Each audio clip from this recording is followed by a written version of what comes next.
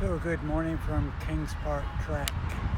This track was opened in 1954 and has seen many races, including Derek Kay's 100-mile record in 1972. In fact, the Comrades Marathon finished here in 1957 and 59, but as you all know, it finished over there at Moses Mabhida in 2018. Now, how many of us remember or recognize this? This plastic bottle, flattened, no top on it. There's thousands of them at every single road race we go to, and there is a big move to try and eliminate them. Throughout the world, this is the standard way of handing water to the runners. And it's moved on in South Africa, actually in the 90s, early 90s, late 80s, into using plastic sleeves, and they go everywhere. But where is the cap? So there's a big move now to towards carrying your own by some people. But I've been doing this for many years, and I used to use this, a little hanteen, and I had a Velcro strap to hang it on, but you would have two of these and use these for your training. These are about 250 mils, so about 1/4 kilogram. Today, you can get these bigger ones, and they're really very cheap and effective. I got these down in Run, at the Run shop, Bree Street, Cape Town. The medalist, 40 Rand. So really there's not much excuse for not being able to carry in training. There are other mechanisms. Over the years I've tried lots of them, and this is a better one in terms of it's a flexible bottle, fits onto your hand, and of course you can have two, and you simply drink out of the top here. Now, important to have two because it's about balance, and this can actually help your arm movement. These pockets in here allow you to carry some Rehydrat, Prograst, or Hydrassist, one of those things, or even a goo if that's what you want, or even your pacing chart. So quite useful for carrying these on the run. Of course, you don't really need to carry these sort of things because on the table we've got this. This came through in the mid-80s in KwaZulu-Natal because the alternative of using paper cups or plastic cups, the bottom of the cup is smaller than the top. So two things happen. One, it's less stable, and two, trying to drink out of a cup, half of the water goes there and there, so the water is getting wasted. Here, the water, or you'll see it for Coke on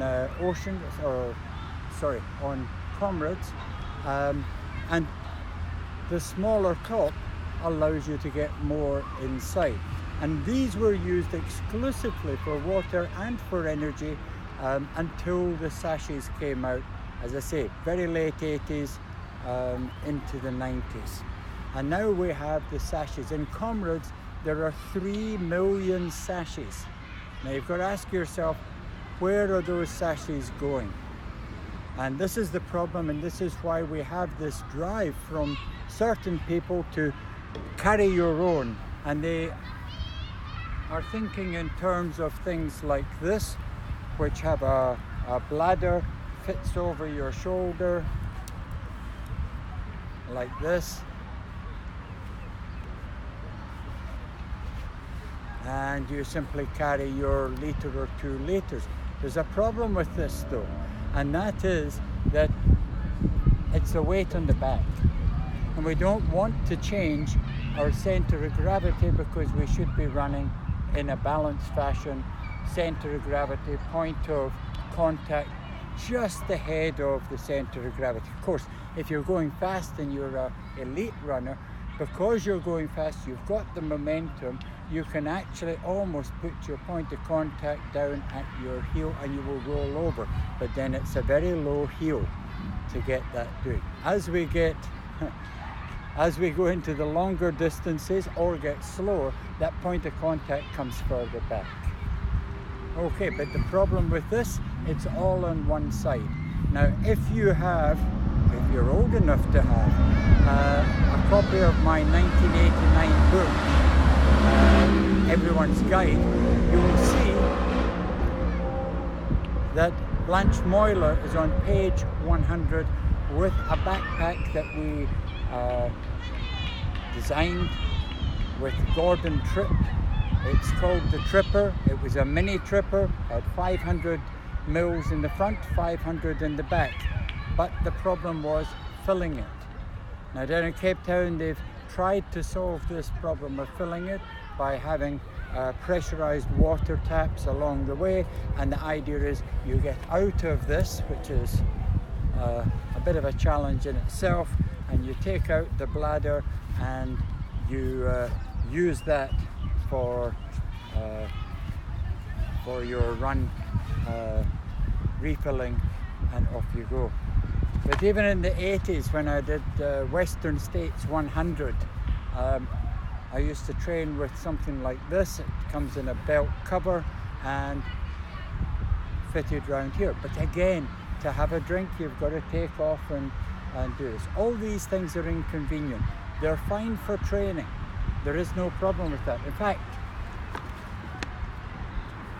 again, back when I was training, I had these called heavy hands, 1 kilogram, and practice training for when I never used to have the hand teens with the water. This would help train for that. And of course, it helps train your arm motion, which should be straightforward and straight back. Too many people are going like this. You won't find Eliud Kipchoge doing that because it's inefficient. It's all about going forward. So there's a few ideas, but one that you may want and find very useful, and I've used on off-road races, trail races from 12Ks to 50Ks, is simply a bank bag. A bank bag will allow you to carry it, and when you get to some water, some running water in a river or whatever, open the bank bag, scoop it up, and you can drink it. Another tip for you, of course, is you could put it over your head or whatever, but another tip is to take the bank bag, open it up, take the sachet, put the sachet of water in the bank bag, add in your effervescent energy drink or hydration tablet, and by the time you've walked a minute, it's there to drink. It's properly mixed, and therefore you're getting far better absorption. So let's talk about the sachets now, because that's how not to use them in training, but we're going to use them in running. 20,000 people, 16,000 people on the road. London Marathon are either going to use bottles or, like us, we end up using sachets. The real challenge for us is, what do we do with those sachets? Ideally, we want to keep them to the sides of the road. Ideally, organizers need to be putting up ground sheet type material about this high, comes down for a section on the side of the road, and then we all aim our sachets there. Why the ground sheet material? Because it's very easy for the table people to come along with a brush them up and gather them. But that's half the story. The other part of the story is, what do you do with those waste? Cape Town Marathon in Durban got the World Aims Green Marathon Award last year. That's a very big statement about our running and about what can be done. So let's be a bit more considerate. Remember, those sachets, wet sachets on top of other wet sachets, mean slipping, mean possible pulls of muscles, etc. So what you do affects the people behind you, but the people up front affect what could happen to you. So let's all be a bit more courteous. Let's all be a bit more aware of littering. You can always take your empty sachet, put it underneath your waist belt and run for 3Ks, whatever it is, to the next table. But don't just throw them away idly. If you have to get rid of it somewhere, get rid of it next to a kilometre mark, or something that one of the race organisers has to come along to move. Don't make it difficult. Don't throw it into the bush. Don't put it in the middle of the road because of the slipping.